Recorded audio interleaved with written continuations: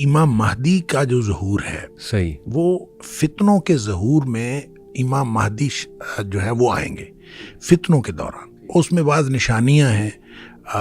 اس میں مثلاً یہ ایک نشانی یہ ہے کہ کوئی عرب جو بادشاہ ہے اس کا انتقال ہوگا اور اس کے بعد جھگڑا ہوگا وہاں بھی عرب میں بھی کہ کس کو جو ہے وہ بادشاہ بنایا جائے. اچھا، اسی طرح یہ بھی ہے کہ مسلمانوں کی قیادت کا فقدان ہوگا.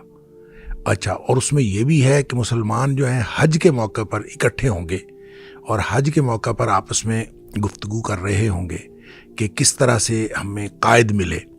تو ان کو اس دوران حج کے دوران جو ہے یہ محسوس ہوگا کہ جس کو ہم قیادت دینا چاہتے ہیں وہ شخص یہاں کہیں موجود ہے، اور پھر کوشش کریں گے وہ کہ وہ ان کو ڈھونڈ لیں.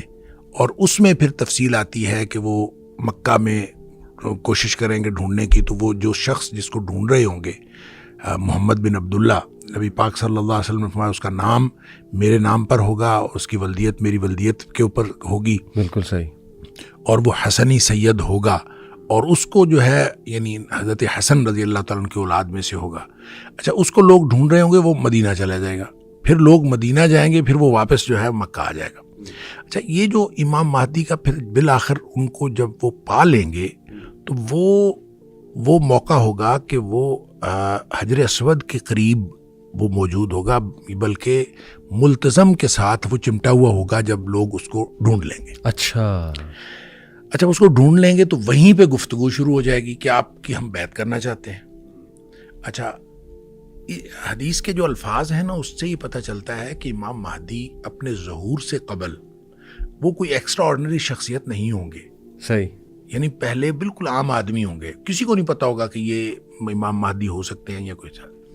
کیونکہ حدیث میں الفاظ ہیں کہ جب بیعت ہوگی نا تو وہ کہیں گے کہ میں پھر جہاد پہ بیعت لوں گا. اچھا، لوگ تیار ہو جائیں گے بیعت کرنے کے لیے. اس پر نبی اکرم صلی اللہ علیہ وسلم فرمایا فَيُصْلِحُ اللَّهُ فِي لَيْلَةٍ، اللہ تعالیٰ ایک ہی رات میں ان کو صلاحیتیں عطا فرما دے گا. صحیح. یعنی وہ جو باصلاحیت بنیں گے بالکل ٹھیک، تو وہ ایک ہی رات میں اللہ کی طرف سے ان کو صلاحیتیں عطا ہوں گی. تو اچھا، اس موقع پر نبی کریم صلی اللہ علیہ وسلم نے فرمایا مسلمان 3 حصوں میں تقسیم ہو جائیں گے. اچھا، اس میں ایک حصہ مسلمانوں کا وہ ہوگا جنہوں نے امام مہدی کو ماننا ہی نہیں، اور ان کے بارے میں نبی پاک صلی اللہ علیہ وسلم فرمایا ان کا ایمان کے ساتھ کوئی تعلق ہی نہیں ہے. دوسرا حصہ یعنی 3 میں سے دوسرا حصہ وہ ہوگا جو لڑائیوں میں شہید ہو جائیں گے. ٹھیک. نبی پاک صلی اللہ علیہ وسلم فرمایا روئے زمین کے بہترین شہداء ہوں گے. اللہ. اس کے بارے میں بعض روایتوں میں یہ بھی آتا ہے کہ اتنی زیادہ جو ہے وہ قتل عام ہوگا اور اتنی زیادہ شہادتیں ہوں گی کہ بعض روایتوں میں اس طرح ہے کہ ایک آدمی کے 100 بیٹے ہوں گے، 99 شہید ہو جائیں گے اور ایک بچے گا. یعنی اس کا مطلب اتنے بڑے پیمانے پر جو ہے وہ شہادتیں ہوں گی. اور ان کے بارے میں نبی پاک صلی اللہ علیہ وسلم نے فرمایا کہ یہ روئے زمین کے بہترین شہداء ہوں گے. ایک حصہ جو بچے گا ان کے بارے میں نبی کریم صلی اللہ علیہ وسلم نے فرمایا اس کے بعد ان کو کوئی چیز، کوئی فتنہ ان کے ایمان کو خراب نہیں کر سکے گا، وہ بہترین مومن ہوں گے. اچھا، جو قسطنطنیہ کی فتح ہے اس کے بارے میں حدیث میں آتا ہے کہ وہ صرف لا الہ الا اللہ یا اللہ اکبر کی قوت سے اس کی دیوار گر جائے گی. یعنی ان کو لڑائی نہیں لڑنی پڑے گی. اچھا، یعنی وہ اس طرح کے مومن ہوں گے بالکل ٹھیک کہ جب وہ وہاں پہنچیں گے تو وہ اپنی لا الہ الا اللہ کہتے ہوئے یا اللہ اکبر کہتے ہوئے جب وہ قریب پہنچیں گے تو دیوار گر جائے گی اور وہ فتح ہو جائے گا بغیر کسی لڑائی کے. وہاں جب وہ فتح ہوگا تو ان کو اطلاع ملے گی کہ دجال کا ظہور ہو گیا ہے. اچھا، اور پھر یہ دوڑیں گے پیچھے کو جو کہ دجال کا ظہور ہو گیا. اچھا، یہ تفصیل ہے. تو یہ حدیث جو ہے یہ بھی اسی ترتیب کی نشاندہی کرتی ہے کہ جو بیت المقدس کی آبادی ہے وہ مدینہ کی بربادی ہوگی، اور مدینہ کی بربادی جو ہے وہ خروج الملحمہ، وہ جنگوں کا آغاز ہو جائے گا. اور جب جنگوں کا آغاز ہوگا تو پھر اس کے نتیجے میں فتح قسطنطنیہ ہوگی، اور فتح قسطنطنیہ ہوگی تو اس کے بعد جو ہے دجال کا ظہور ہوگا۔ تو یہ جو تفصیل ہے، یہ ترتیب ہے، لگتا ہے کہ ترتیب یہی ہوگی، اس لیے کہ جب نبی پاک صلی اللہ علیہ وسلم نے فرما دیا تو یقیناً یہی ترتیب ہوگی۔ تو اس میں ایک بات بہرحال میں جو آپ نے کہا کہ بیت المقدس کی آبادی سے کیا مراد ہے اور بربادی سے کیا مراد ہے، دیکھیں اس کا ایک تو مطلب یہ ہے کہ ہمیں جو سمجھ آتی ہے کہ بیت المقدس جو ہے وہ اس کے اندر جتنی خرابیاں ہیں، جتنے وہاں پہ کیوس ہے، وہ ختم ہو جائے گا۔ آبادی سے مراد یہ ہے۔ اچھا، اور یہاں کی بربادی سے مراد ہے جتنا یہاں پہ امن ہے یہ ختم ہو جائے گا۔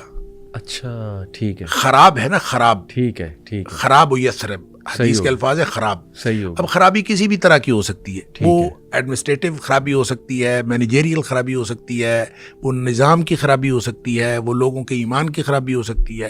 ویسے تو نبی پاک صلی اللہ علیہ وسلم فرمایا فتنوں کے دور میں ایمان جو ہے وہ حجاز کے اندر سکڑ کے آ جائے گا، جس طرح سے سانپ جو ہے سکڑ کے اپنی بل میں گھس جاتا ہے، اس طرح سے ایمان سکڑ کے حجاز میں آ جائے گا۔ حجاز یعنی مکہ مدینہ، مکہ اور مدینہ۔ اچھا، تو جب مکہ اور مدینہ میں ایمان آ جائے گا تو اس کا مطلب ہے ایمانی خرابی تو نہیں ہوگی، کسی اور طرح کی خرابی ہوگی، کوئی بد انتظامی ہو جائے گی، کوئی لڑائی ہو جائے گی، کوئی سیاسی ایشو ہو جائے گا، کوئی اس طرح کا ایشو ہوگا، اور اس ایشو کے بعد جنگیں شروع ہو جائیں گی۔ اب وہ جو جنگیں شروع ہوں گی، جو بھی قیادت کا فقدان ہوگا۔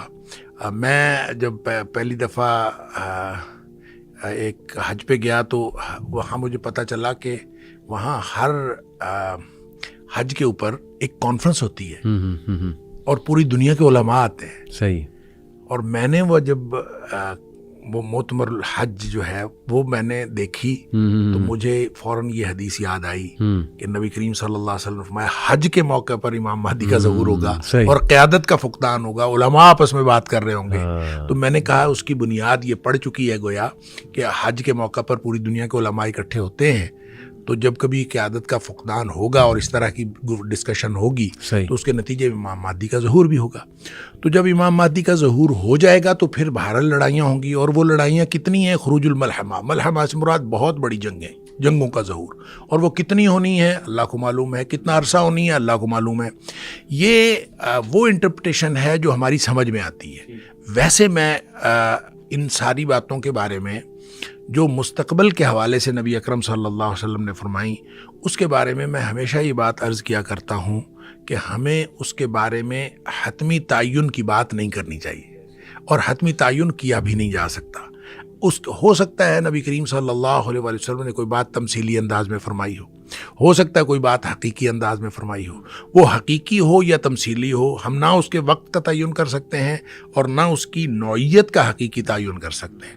البتہ پاسبلٹیز ہم ڈسکس کر سکتے ہیں، یہ امکان ہے، یہ ہو سکتا ہے، یہ ہو سکتا ہے، صرف یہ کہہ سکتے ہیں۔